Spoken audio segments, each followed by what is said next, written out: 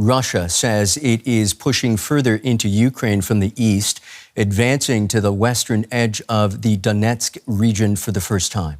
The Russian Defense Ministry says its forces are now preparing an offensive into the neighboring region of Dnipropetrovsk. The news follows days of intensified Russian shelling of Ukraine's second largest city, Kharkiv. Russia has stepped up its aerial assaults in recent weeks, launching some of the largest waves of drone and missile attacks since the beginning of the war. Joining us now from Pisa is Domitilla Sagramoso. She is a senior lecturer in security and development at King's College London. Domitilla, Russia claims it's pushing into the eastern Dnipropetrovsk region for the first time. It already holds almost a fifth of the country. How significant is this? Give us some perspective.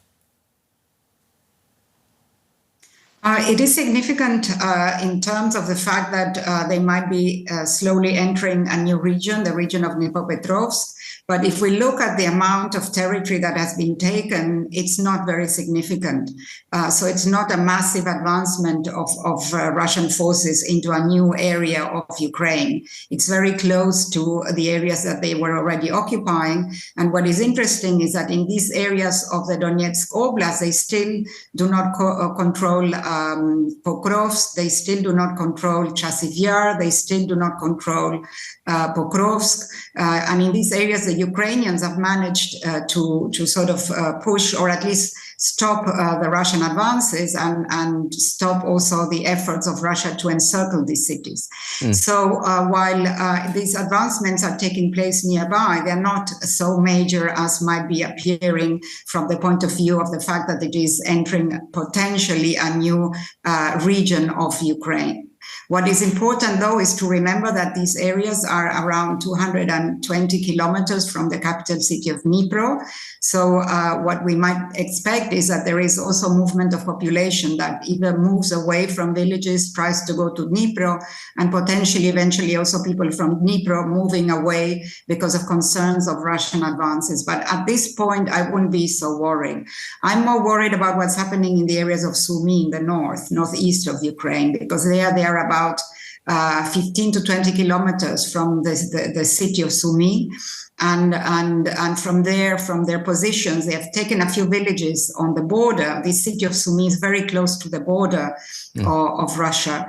And the positions potentially would allow Russia to also advance with artillery forces, with drone strikes. So that is also something that we should be monitoring closely. Understood. We understand also that Russia is soon expected to launch one of its biggest offensives yet. Do you read the latest attacks on Ukraine as the start of that? I think Russians have been trying to carry out a very important offensive. There were reports that around 50,000 troops were being amassed on the borders. It is clear that Russia intends to take opportunity of the summer months and the spring months when it is easier to advance. And also to the fact that we might be worried, that the Ukrainians might be worried in terms of the support that they're getting from the Americans. So there is this sort of window that the Russians think they can exploit this summer before additional reinforcements arrive to Ukraine from the European supporters of Ukraine. So I think they're thinking that there is this window of opportunity that they need to exploit.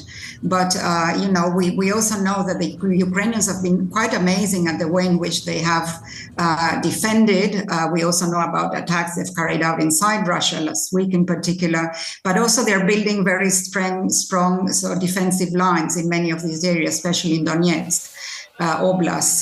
So we have to see what happens. But of course, we should remain cautious. And I think Russia certainly is planning to carry out more intensive advancements. And the way they do it is they tend to bomb very much little villages, cities, small cities before they try to advance. Right. And yesterday, for example, we've seen massive bombing of Sumy, of Kharkiv. So this is sort of their modus operandi that we can expect to happen. That's Domitilla Sagramoso, senior lecturer in security and development at King's College in London. Thank you so much.